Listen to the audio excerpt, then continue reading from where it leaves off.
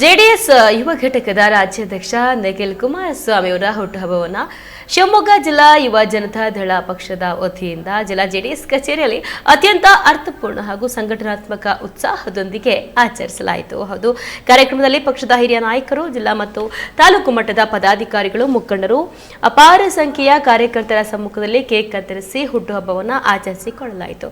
ನಂತರ ಮೆಗನ್ ಆಸ್ಪತ್ರೆಯಲ್ಲಿ ಇರತಕ್ಕಂಥ ರೋಗಿಗಳಿಗೆ ಹಣ್ಣು ವಿತರಣೆ ಮಾಡಲಾಯಿತು. ಈ ಸಂದರ್ಭದಲ್ಲಿ ಮಾತನಾಡಿದ ಜೆಡಿಎಸ್ ಜಿಲ್ಲಾಧ್ಯಕ್ಷ ಕಡದಾಳ್ ಗೋಪಾಲ್, ನಿಖಿಲ್ ಕುಮಾರಸ್ವಾಮಿ ಕೇವಲ ಯುವ ನಾಯಕರಲ್ಲ, ಬದಲಾಗಿ ರಾಜ್ಯದ ರಾಜಕೀಯದಲ್ಲಿ ಪರ್ಯಾಯ ನಾಯಕತ್ವವನ್ನು ರೂಪಿಸ್ತಾ ಇರುವ ದೃಢ ಸಂಕಲ್ಪದ ನಾಯಕರು ಎಂದು ಶ್ಲಾಘಿಸಿದರು. ಇನ್ನು ಯುವ ಜನರ ಸಮಸ್ಯೆಗಳಿಗೆ ಸ್ಪಂದಿಸುವ ರೈತ ಪರ ಹಾಗೂ ಜನಪರ ಚಿಂತನೆ ಹೊಂದಿರತಕ್ಕಂಥ ಅವರ ರಾಜಕೀಯ ನಿಲುವುಗಳು ರಾಜ್ಯದ ರಾಜಕಾರಣದಲ್ಲಿ ಹೊಸ ದಿಕ್ಕನ್ನು ನೀಡುತ್ತದೆ ಎಂದರು.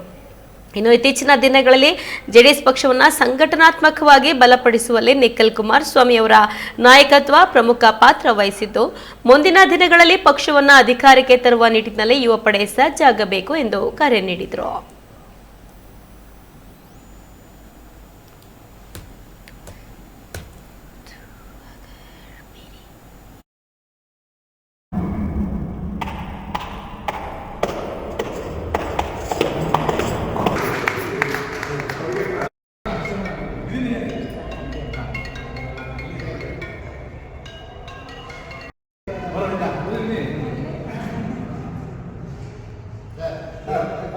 Al final